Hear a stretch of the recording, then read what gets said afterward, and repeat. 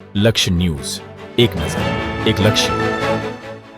કલોલ માણસા રોડની બાજુમાં આવેલી તિરસા ચોકડી નજીક કેમિકલયુક્ત ઘન કચરામાં લાગી આગ. કલોલ માણસા રોડ બાજુમાં આવેલી તિરસા ચોકડી નજીક કેમિકલયુક્ત ઘન કચરાના ઢગલામાં અચાનક આગ ભભૂકી ઉઠતા સમગ્ર વિસ્તારમાં કાળા ધુમાડાના ગોટેગોટા છવાઈ ગયા હતા. આ આગના કારણે આસપાસના વિસ્તારમાં દુર્ગંધ ફેલાઈ હતી અને ઝેરી ધુમાડાથી સ્થાનિક લોકોમાં ભયનો માહોલ સર્જાયો હતો.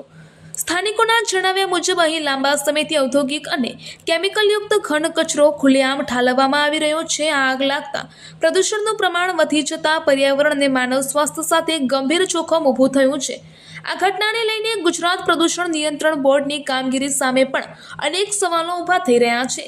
સ્થાનિકોનો આક્ષેપ છે કે જો સમયસર નિરીક્ષણ કરી અને કાર્યવાહી કરવામાં આવી હોત તો આવી પરિસ્થિતિ સર્જાઈ ન હોત. લોકોનું કહેવું છે કે જવાબદાર અધિકારીઓ ઘોર નિદ્રામાં હોવાના કારણે આ બેદરકારી વધતી જઈ રહી છે. આ ઘટનાની જાણ થતાં જ કલોલ નગરપાલિકાના ફાયર બ્રિગેડની ટીમ ઘટના સ્થળે પહોંચી આગ ઉપર કાબૂ મેળવવાના પ્રયાસો હાથ ધર્યા હતા. આ આગનું ચોક્કસ કારણ જાણવા તપાસ શરૂ કરવામાં આવી છે.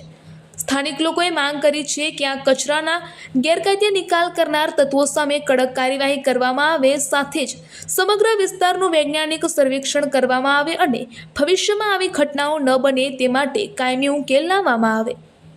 રિપોર્ટર સંજય નાયક. મારું નામ ઠાકોર રાજુજી સખરાજી છે. મારા અહીંયા પાછળ ખેતર આવેલું છે. રોજનો મારો આવવા જવાનો રસ્તો છે. કોઈ અજાણ્યા વ્યક્તિઓ રાત્રે આવી અને અહીંયા આ બધું નાખી અને સળગાવી થાય છે. એના કારણે પ્રદૂષણનો બી પ્રોબ્લેમ થાય છે અને અમારા આવવા જવામાં બી બહુ તકલીફ પડે છે.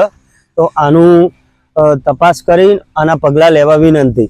આ ઘણા બધા લગભગ તો છેલ્લા 1.5 મહિનાથી તો અમે જોઈએ જ છે કે છેલ્લા 1.5 મહિનાથી આ પ્રશ્ન ચાલુ રહે છે. કોણ આવે છે, કઈ રીતે નાખીને જતો રહે, કંઈ ખબર જ નહીં પડતી.